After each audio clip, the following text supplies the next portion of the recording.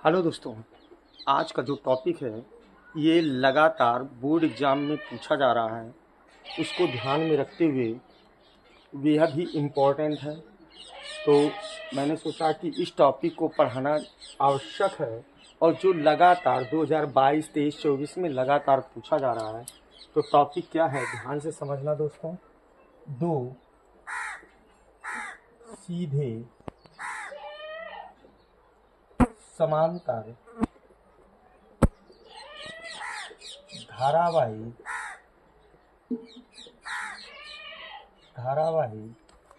चालक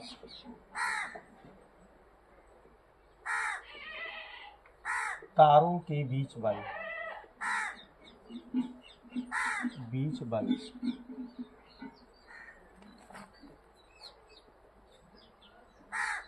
ठीक है दोस्तों, इतनी बात सबके समझ में आ गई।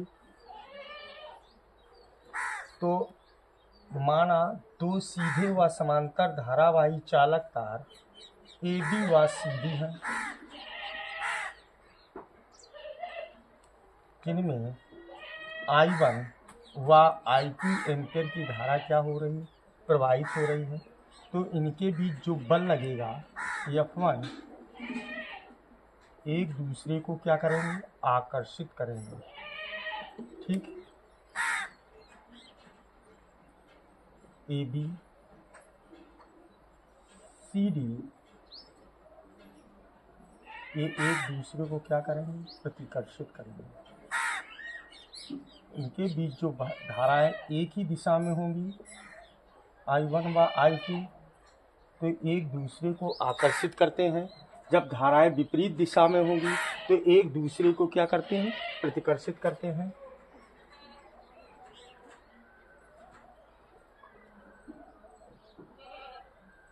ध्यान से समझना दोस्तों। माना दो धारावाही चालक तार AB व CD एक दूसरे से r दूरी पर निर्वात में कागज तल में स्थित है, जिनमें I1 व I2 एम्पीयर की धारा क्या हो रही है, प्रवाहित हो रही है। चालक तार AB में I1 एम्पीयर की धारा प्रवाहित होने के कारण CD के किसी बिंदु पर चुंबकीय क्षेत्र, इसके कारण इस पर चुंबकीय क्षेत्र उत्पन्न होगा और इसके कारण इस पर क्या लगेगा, बल लगता है। तो ध्यान से समझना, लिखेंगे क्या, माना AB व CD दो धारावाही चालक तार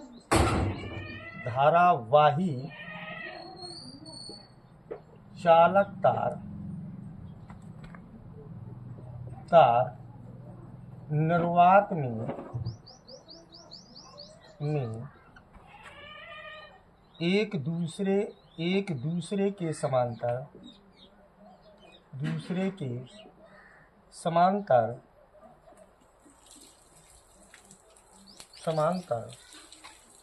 R दूरी पर कागज के तल में स्थित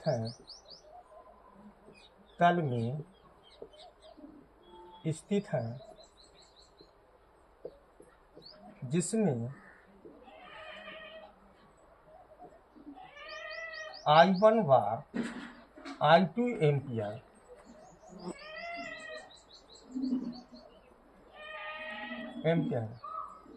की धारा प्रवाहित हो रही है। इतनी बात समझ में आ रही है दोस्तों।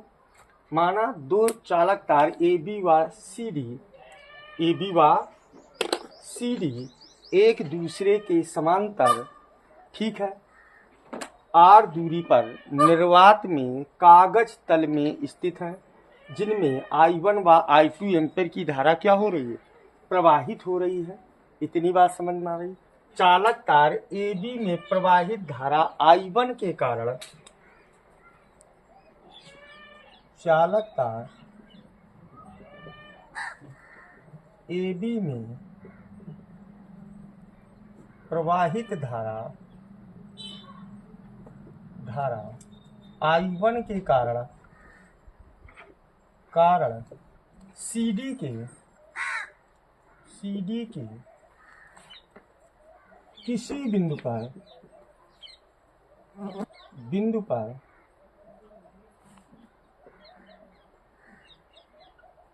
चुंबकीय क्षेत्र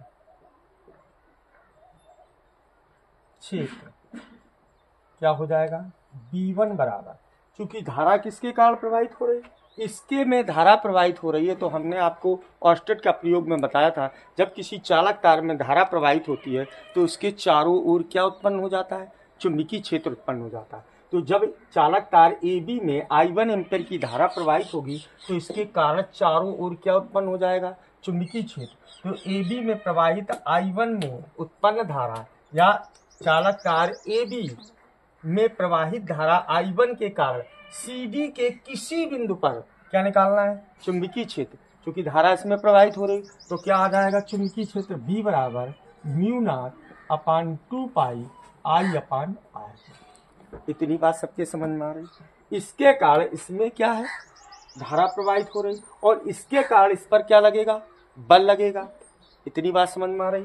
तो वही है, माना AB व CD दो धारावाही चालक तार जिसमें I1 व I2 एम्पीयर की धारा प्रवाहित होती है, जो एक दूसरे के समांतर R दूरी पर स्थित है। यदि दोनों धाराएं एक ही दिशा में है तो उनके बीच आकर्षण बल लगेगा, और जब दोनों धाराएं एक दूसरे के विपरीत दिशा में हैं तो उनके बीच प्रतिकर्षण बल लगता है।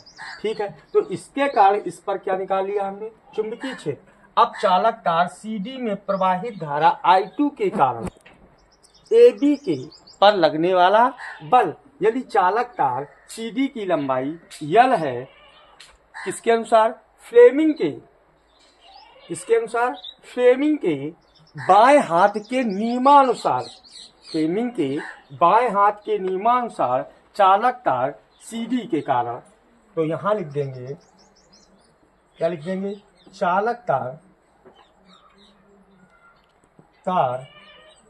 CD, चालक तार CD में प्रवाहित धारा I2 के कारण AB के पर लगने वाला बल, जिसकी लंबाई क्या मान लेंगे, L है। यदि AB, चालक तार AB की लंबाई क्या है, L है, क्या है, L है, तो चालक तार CD में प्रवाहित धारा I2 के कारण L लंबाई की चालक तार AB पर लगने वाला बल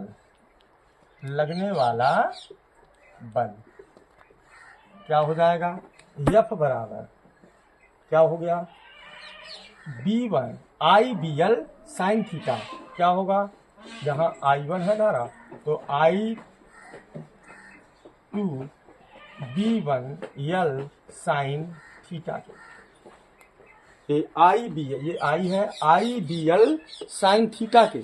इतनी बात समझ में आई। तो F बराबर IBL साइन थीटा के, और चूंकि कागज तल के क्या है, लंबवत है, तो ये आ जाएगा F बराबर I2, B की वैल्यू क्या है, ये है, यहाँ रख देंगे, तो ये आ गया μ0/2 पाई I/R इंटू कितना हो गया, L साइन थीटा के।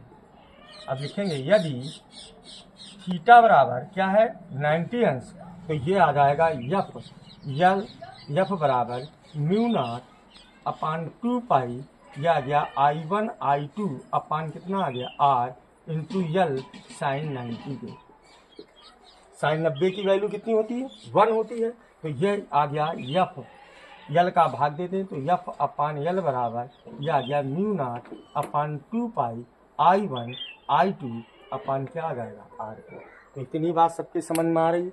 फिर एक बार ध्यान देना, टॉपिक बहुत ध्यान से समझिए, माना ए बी व सी डी दो धारावाही चालक कार जिनमें I1 व I2 एम्पीयर की धारा प्रवाहित हो रही, जो कागज तल में स्थित है, जिनके बीच की दूरी r है। चालक तार AB में बहने वाली धारा I1 के कारण CD के किसी बिंदु पर चुंबकीय क्षेत्र, ये ध्यान से समझना, चालक तार AB में प्रवाहित धारा I1 के कारण CD के किसी बिंदु पर चुंबकीय क्षेत्र, तो आपका ये आ गया। इसके बाद चालक तार CD में प्रवाहित धारा I2 के कारण AL लंबाई के चालक तार AB के किसी बिंदु पर क्या निकाल लें, चालक तार AB पर बल, तो ये लिखा है चालक तार CD के में प्रवाहित धारा I2 के कारण L लंबाई के चालक तार AB पर लगने वाला बल, तो F बराबर क्या हो गया, I2 B1 L sine theta, तो F बराबर I2, B की वैल्यू ये रखी है B1 की, तो म्यू नॉट अपान 2 पाई I1 अपान R गुणा L साइन थीटा के। यदि थीटा बराबर 90 अंश है तो साइन थीटा की वैल्यू 90 की वैल्यू कितनी हो गई, 1 के, भाग दे दीजिए L को, तो F अपान L बराबर म्यू नॉट अपान 2 पाई I1 I2 अपान कितना हो गया, R स्क्वायर के। यदि ध्यान से समझ रहे हैं, यदि I1 बराबर I2 बराबर I है तो F अपान L बराबर दिया गया mu naught upon 2 pi I square upon कितना आ जाएगा, R। इतनी बात सबके समझ में आ रही दोस्तों। अगर हमारी क्लास अच्छी लगी हो तो हमारे चैनल को लाइक करिए, सब्सक्राइब करिए। धन्यवाद दोस्तों।